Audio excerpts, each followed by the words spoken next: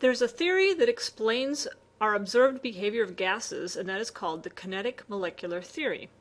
And there are three main assumptions for kinetic molecular theory. The first one is that the gas particles are very small. So we say that particle size is negligible.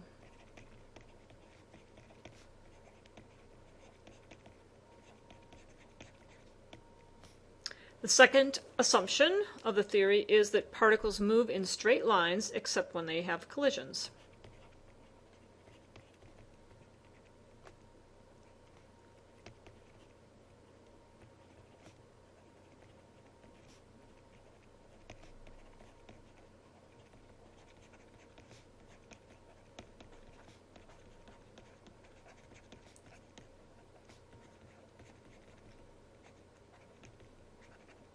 Okay, so we have very small particles, they move in straight lines, all this seems reasonable. And then the third assumption is that when they do have collisions, they are elastic, meaning that they aren't sticky, things don't stick together, there's no attraction. And there's no transfer of energy. Okay, so let's look at gases in that way of thinking. So we have little dots for particles moving around in a container, and we'll use arrows to indicate the fact that they're moving around randomly in this container. Some of them are moving faster than others. Those are indicated by longer arrows, and some of them are moving slower and they have shorter arrows. Okay, so with this view in mind, we can talk about what pressure is. Okay, so we said earlier that pressure was a force per unit area, so this is a force of the collisions. Against the walls of the container. So it's the force of particle collisions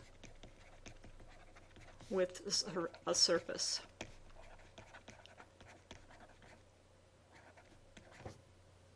So the more collisions you have, the higher the pressure.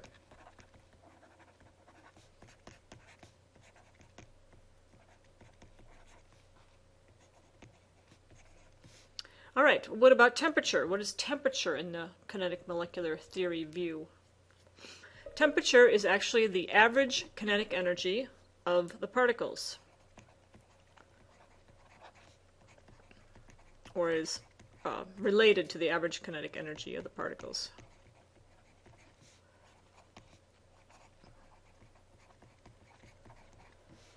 Okay, so when you have faster particles, you have higher temperature. Okay, so pressure is higher when you have more collisions. Faster particles make a higher temperature. Now let's look at the effect of pressure in a little more detail. So we're going to look at taking a gas sample in a container and change three things. We'll change the volume, we'll change the temperature, and we'll change the number of moles in. Alright, so we have this container with particles in it, and our little drawing has three particles, each moving randomly about in this container, and let's say we make a smaller container.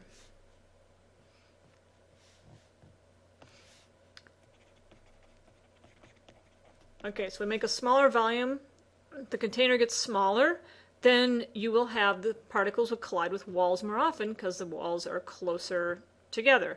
So you will have a higher pressure. And this basically explains Boyle's law.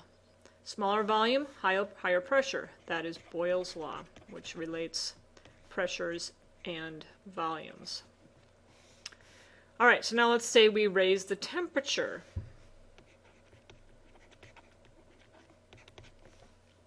When we do that, things go faster. We have a certain distribution of speeds, and I'm showing longer arrows to indicate that the molecules or particles go faster.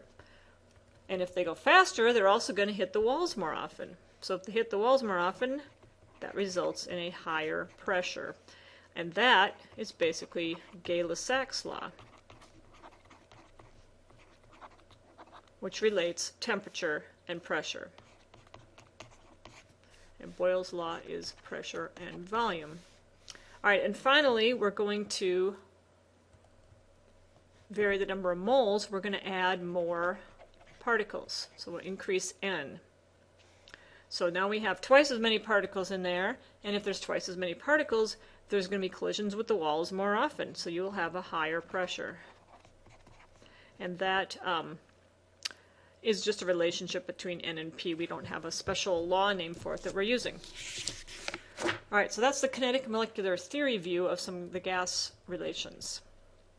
Now let's look at the speeds of the molecules or particles, and we're going to call them molecules. So first we're going to look at a certain molecule, which I'm going to call molecule X, at some temperature, which I'm just going to call T. All right, and so we have a distribution. Here's a graph of the number of molecules and versus speed of the molecules. So there's always a distribution. Not every molecule is going to be in a gas will be going the same speed, but there's some value that is the most probable. And that would be given by the speed down here. And so there's a distribution. There's some that go slower, there's some that go faster, and the further you get away from the most probable speed, the less likely the molecules are to have that speed. But there's a big distribution. And there's always going to be some that have a probability of not moving at all. There will be some molecules that could be in the container not moving at all. So there's always going to be some probability of zero speed that won't move until they've been collided with by something else. All right, so now we can look at an expression for the average speed. And that is given by U. We call our speed U. And the expression is 3 times R times T over the molar mass. And all that under the square root. The whole thing under the square root. Okay, so we can now look at varying temperature. So let's look at that. We take our molecule X, and we're going to look at it at a bunch of different temperatures.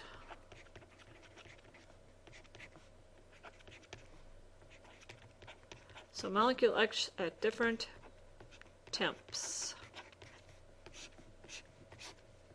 And that's what we have here in this graph. We have, if we have a sample at some temperature that's low, it looks just like this one here, so we'll say low temperature. You have some distribution. And as you raise the temperature, the distribution will go to a higher speed because the speed of the molecules or particles are proportional to the square root of the temperature. So higher temperature means higher speeds on average. So there's a medium temperature for the middle graph, and we'll have high temperature for the fast graph. So notice that as the temperature goes up, the distribution also spreads out more because there's always going to be some probability that the speeds are very, very low, that some particles in the mix are not going to be moving much at all. So the distributions spread out and spread out as you go. And remember, this is U on the x-axis. All right, but we can vary something else in this relationship. We can keep temperature constant, and we can vary molar mass, which means we're looking at different molecules with different masses. So let's do that on this next graph. So this is going to be different molecules at one temperature.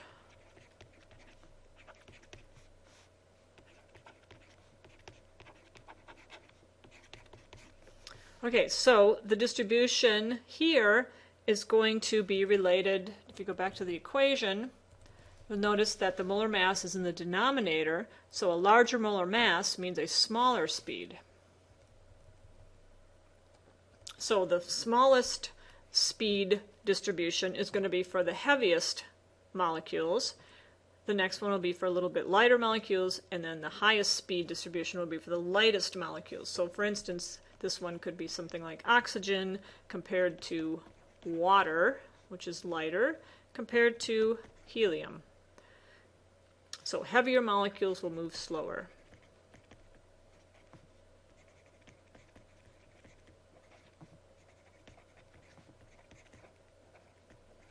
Again, notice that there's always a probability of being at zero. So they all the curves, no matter how fast the average is, okay, these have different averages. The average may change, but there's always some tail at zero speed.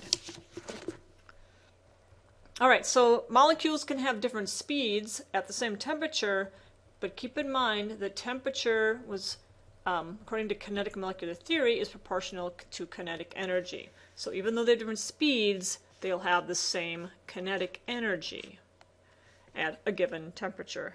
Let's look at that a little more closely. Kinetic energy is given by 1/2 m times the speed squared. Okay, so the u is the speed, as we said already. All right, and then we can use the relationship we just had, which is that u, the speed, equals 3 times r, which is the gas constant, times T over molar mass. And if we substitute that expression in for u and square it, we come up with this expression that the kinetic energy is equal to 3/2 RT over Avogadro's number. Okay, so notice now mass has been taken out of the expression. Since there's a molar mass here and there's a mass here, we lost the mass dependence, and kinetic energy depends on temperature.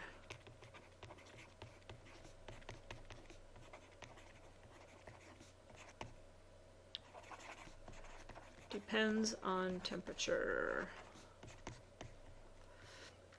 All right, and what does this mean? Why is this interesting? Because while the average speed for oxygen is going to be less than the average speed for helium, and we'll show averages with a little line over. Okay, so that means average. The average speed of oxygen is going to be less than that for helium because it's a heavier molecule, but the average kinetic energy for oxygen is going to equal the average kinetic energy for helium. Okay, because there is no mass dependence, it depends on temperature. So in the sample of oxygen and helium, or any other two gases, while they'll have different speeds in that sample, they will have the same kinetic energy. All right, let's use some of the ideas of kinetic molecular theory to look at 3 identical containers of noble gases, helium, neon, and argon. They're the same volume. They each have 2 moles in them of their respective gases, and they're in the same room at the same temperature. So look at those and try to identify how they would compare as far as pressure inside, how they would compare as far as average kinetic energy,